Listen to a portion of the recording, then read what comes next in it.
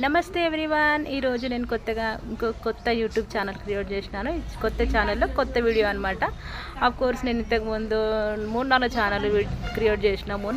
లాస్ట్గా ఇంకో ఛానల్ కూడా క్రియేట్ చేసిన అనమాట. సో ఇదైతే కంప్లీట్ బ్లాగ్స్ అనమాట. నా డైలీ లైఫ్ ఎలా ఉంటుంది, ఒక హ్యాండిక్యాప్డ్ ఉమెన్ని నేను, నా లైఫ్ ఎలా స్టార్ట్ అయింది, ఎట్లా డే అనేది నాది ఎంత ఛాలెంజింగ్గా ఉంటుంది, దానికి సంబంధించిన కంప్లీట్ అని మీకు కంప్లీట్ షేర్ చేసుకుంటున్నాను. ప్లీజ్ ఎండింగ్ వరకు చూడండి, నాకు సపోర్ట్ ఇవ్వండి. ఇది నా ఛానల్లో నా ఫస్ట్ వీడియో అనమాట.